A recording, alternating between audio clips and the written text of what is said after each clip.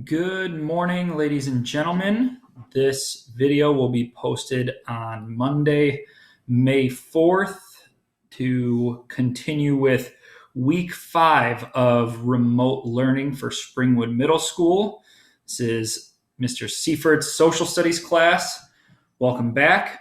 Quick recap of what we talked about in the last 2 weeks is we were talking about the origins of democracy and ancient Greece and how we got this idea of giving people a say, giving people a vote. We're going to kind of continue with that, talking about democracy. And I had a lot of students reach out asking about the election and political parties and where they might stand on the political spectrum. So what we're going to focus on is we're going to focus on the two main political parties in our government, and that is the Democratic Party and the Republican Party. Our government is called a two-party system. There are other political parties, but these two are the most dominant. Your political party is a group of individuals that you share beliefs with, you share your views with. So we're going to be exploring some of that today. So the document that I have up on the screen right now is from Ducksters, the website. Gives you a brief introduction on what political parties are. And like I said, the two main parties we're going to be discussing. This is going to be the primary focus of our discussion right here is this scale. All right. The Democrats are on the left side. They are represented by the donkey, and the Republicans are on the right, and they are represented by an elephant. And these two political parties are what we see most in presidential elections or elections of maybe your local mayor or your state's governor. Typically, we see these two parties taking majority of the votes. So there are some other political parties in our government, but these are the two that we're going to be focusing on specifically today. And one thing I want to talk about is when you are all 18 and able to vote, we've talked about this in class about how many people who vote with either the Democratic side or the Republican side, and they vote that way because they know people who are a part of their political party. You know, I still have people my age who say, you know, I'm a Democrat or Republican because my parents are Democrats or Republicans, and that's not how it's supposed to be. You are supposed to cast your vote for your beliefs, not what, you know, the beliefs of other individuals. So make sure that when you are looking at these political parties, you remember that this is your choice. You know, as United States citizens, this is a right that you have to cast your vote that not everybody in our world has. So you looking at this scale, the other thing I want you to understand, and it seems like nowadays, especially in politics, we see these two political parties and everybody thinks that they have to be all the way Democratic or they have to be all the way Republican. And that's not true.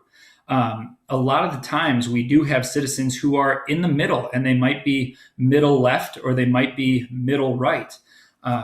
You know, I always say that I'm not going to share my political views in class, and my job is to present the information from you from that middle standpoint and let you make the decision for yourself, because that's what it's all about, is you making your choice and letting your voice be heard, not somebody else's. So when we look at elections for, let's just use the presidential election, which will be coming up shortly, you know, in the next couple months, you're going to see a lot more news about the presidential election. Very rarely do we see candidates who are all the way at the end here of the left side or the liberal side, which is another word for Democratic, or all the way over here, the conservative side, which is the Republican side. A lot of the times the candidates are, if they're a Democratic candidate, they might be middle left. They might fall here on the political spectrum because they have a lot of Democratic views, but they also might have some Republican views so they can get some voters from the other side. Same with the Republican side. Very rarely do we see candidates who are all the way at the end of the political spectrum. You know, that's a very extreme conservative. They might be more middle right because they do want to try to pull in some voters from the Democratic side.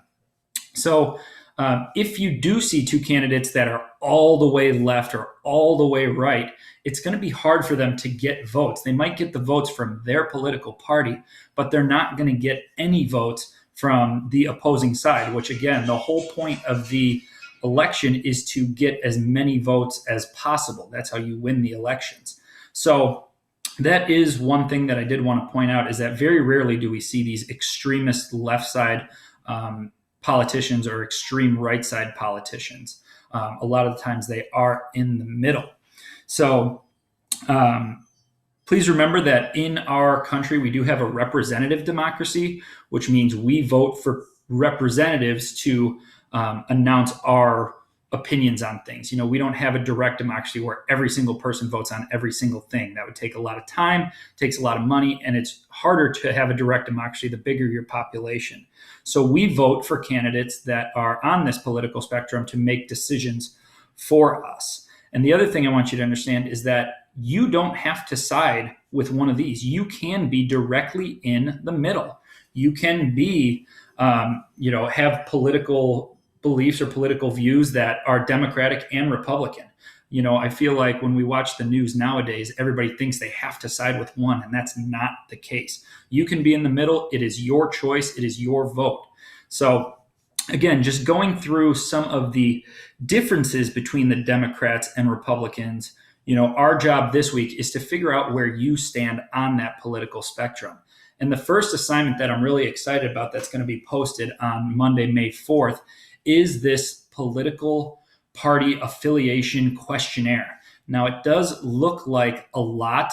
Okay, it looks like there's a lot of reading and a lot of things that you have to go through on here, but there's only 4 topics, and these are kind of the hot button issues that when we do have an election, these are the primary focuses of a lot of the candidates who are running. So issue 1 is gun laws. I have the views of the Democratic Party and the Republican Party, and I also put in a little food for thought. These are just kind of me playing devil's advocate and trying to give you perspective. I talk about some things that we discussed in class, and what you're going to do for this assignment is go through each issue, read what the Democratic view is, read what the Republican view is, read my food for thought, and tell me which side do you vote with. And I want you to explain that in 2 to 3 sentences down here where the yellow is highlighted, where it says type answer here.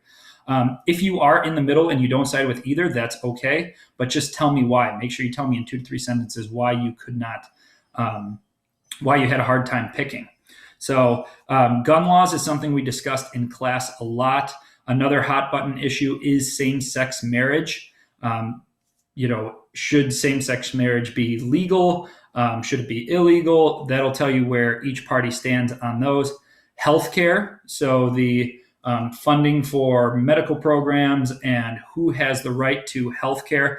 Obviously, everybody has a right to healthcare, but the Democratic Party and the Republican Party are very different on the economic standpoint of it. You got to remember that the money has to come from somewhere. If we want to give everybody universal health care, that costs a lot of money. So read through these. That's the third hot button issue. And then the fourth and final one is immigration. So read through the Democratic Party, the Republican, and my food for thought. And as you can see, I got the thinking meme guy there to, just give you kind of some other perspective. So that'll be your first assignment that will be due on Tuesday the 5th. Again, it's just going through those 4 issues and writing 2 to 3 sentences for each. And again, you can refer back to those notes, what a Democrat is and what a Republican is, and this scale on here. So with that being said, I also put a link on the notes that talks about hot topics and the views of each party. It goes into a little bit more detail of some of the issues here. I kind of made this a simplified version, so it's better for middle school. But if you want to explore that website, you are able to do so. The assignment that you will be doing on Wednesday is the local government aspect. We talk a lot about the presidential election, but a lot of attention is not put on our local elections, which probably affect you as a citizen more. Of course, the president makes decisions for our country and the people in our country. But when you start breaking it down and you start going down the chain of command, you have your president, which is in charge of the United States. You have your governor who's in charge of the state of Illinois, and then you have your mayor who's in charge of your town in Illinois.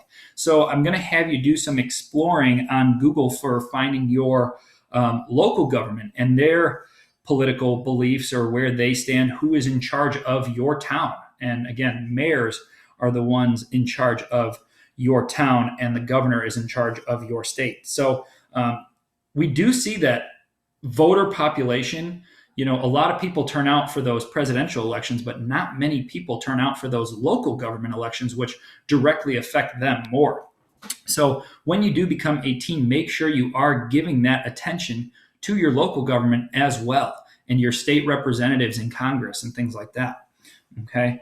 Going through my notes, we talked about some of the hot button issues. Again, there are so many issues that are covered in the presidential debates, and they discuss their views and they talk about the economy.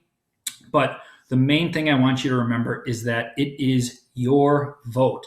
That is the most important part of this video, is that when you turn 18, I want you to be able to figure out where you stand on this political spectrum. And that's what this assignment on Monday will help you do. So it might differ with your friends. It might differ with your parents. That's okay. That is absolutely fine. But your job is to figure out, not where I stand on this spectrum, not where everybody else is, but where you are. Because when you are 18 and you are casting your vote, you're going to side with either the Democrats or the Republicans, or you're going to be in the middle, and you're going to have to make those decisions. Looking ahead to the following weeks, what we're going to be doing is, I already have these folders labeled.